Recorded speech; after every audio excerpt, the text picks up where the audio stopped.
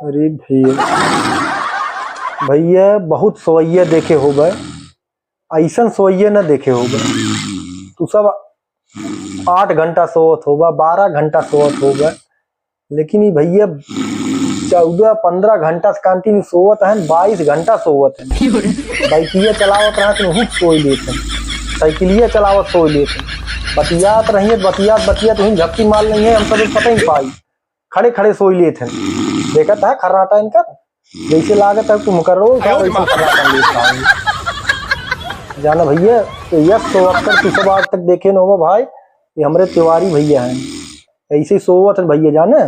इनका जगाव भी न कहा ना है कि कुंभकर्ण के तो माल हाथी साथी चढ़ाई जाए, ढोल बजाई जाए, इनके काने में जो है वो करे पड़ते खुजली तब उठत है, लेकिन सामने जब पड़ जाए अगर ना खुजली करे तो मार दें जो हाथ की 2-4 दिन उठ नहीं पाए।